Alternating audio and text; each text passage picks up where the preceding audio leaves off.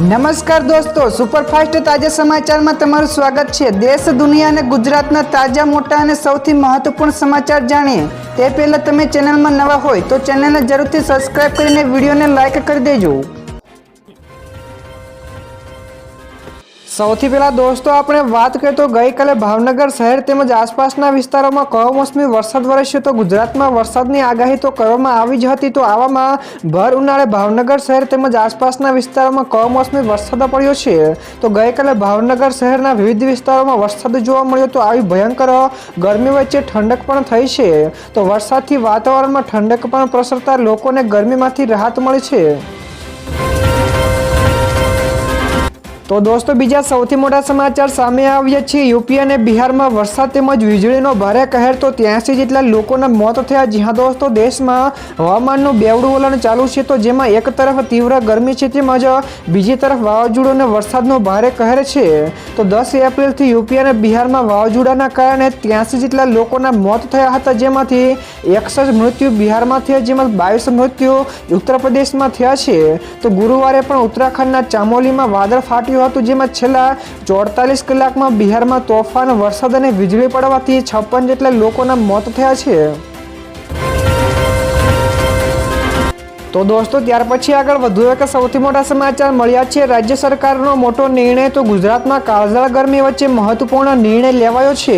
તો શ્રમ આયોગે શ્રમિકોને બપોરના સમયગાળા દરમિયાન કામ ન કરવાના આદેશો પણ આપ્યા છે, જેમાં જૂન 2025ના આ નિયમોનો અમલ થશે। તો વહીવટી તંત્રએ હોસ્પિટલોમાં જરૂરી સાધન સામગ્રી ઉપલબ્ધ રાખવાની પણ સૂચના આપી છે।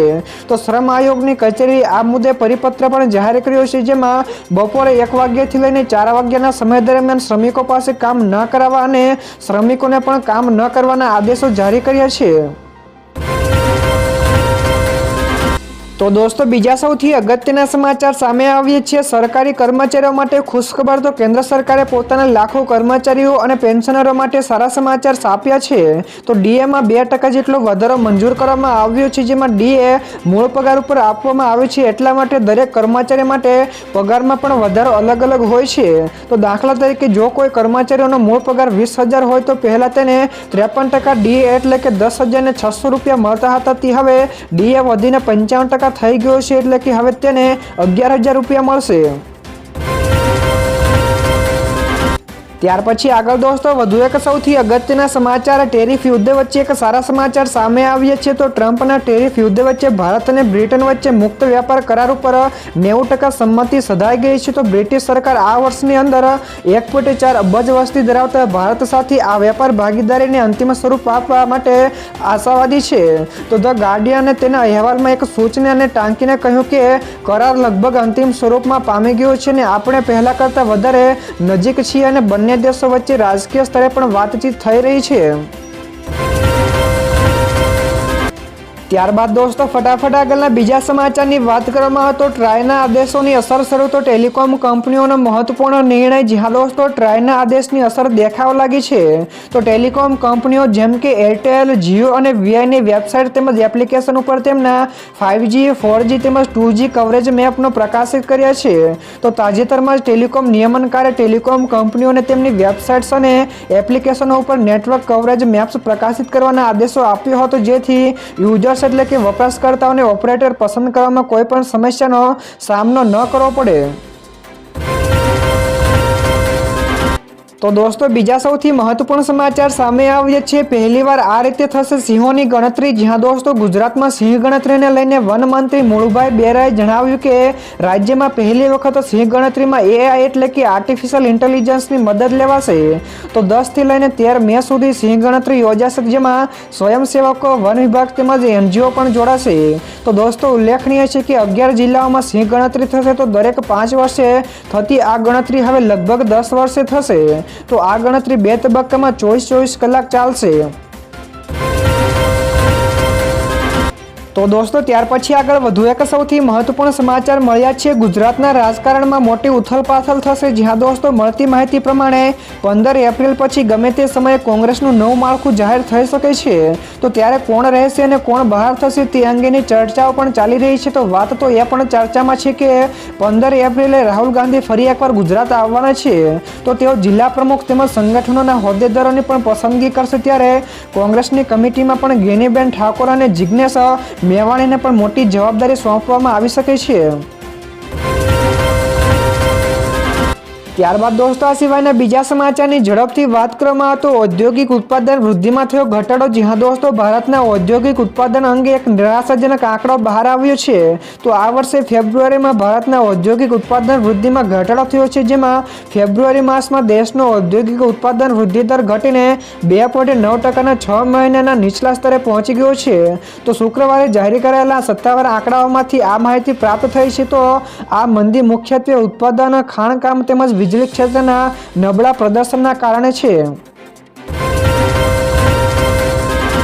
તો દોસ્તો ત્યાર પછી બીજા સૌથી મોટા સમાચાર સામે આવ્યા છે. અમેરિકા અને ચીન વચ્ચે ટ્રેડ વોર જામ્યો. તો અમેરિકા ઉપર ચીનનો વળતો હુમલો. જ્યાં દોસ્તો ટેરિફને લઈને અમેરિકા અને ચીન વચ્ચે વેપાર યુદ્ધ શરૂ થયું છે. તો અમેરિકા દ્વારા ચીન ઉપર 145% ટેરિફ લગાડવાની જાહેરાત બાદ ચીને પણ વળતો જવાબ આપ્યો છે.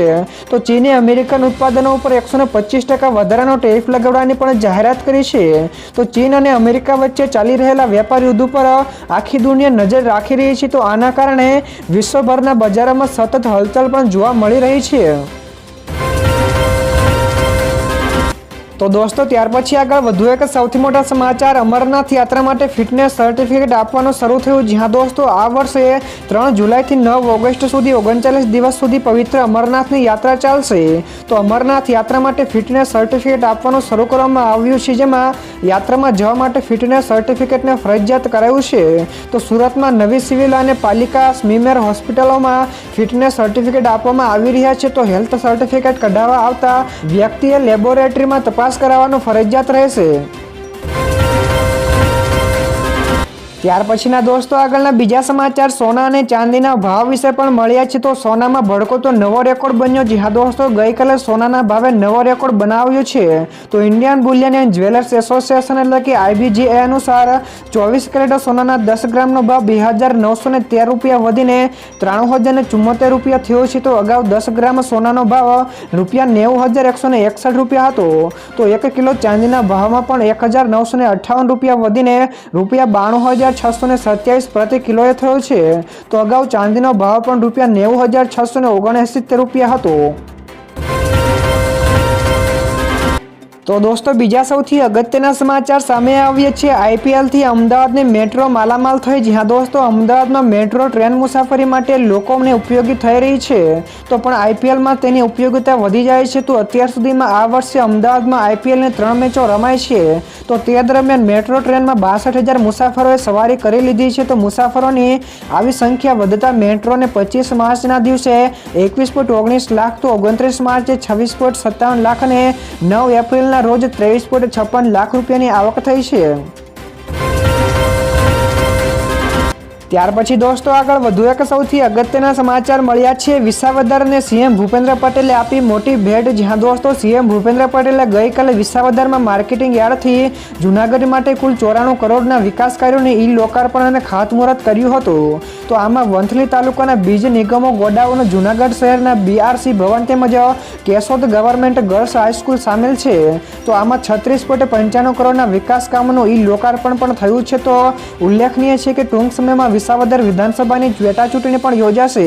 તો તે પહેલા આ બધું કાર્ય થઈ રહ્યું છે.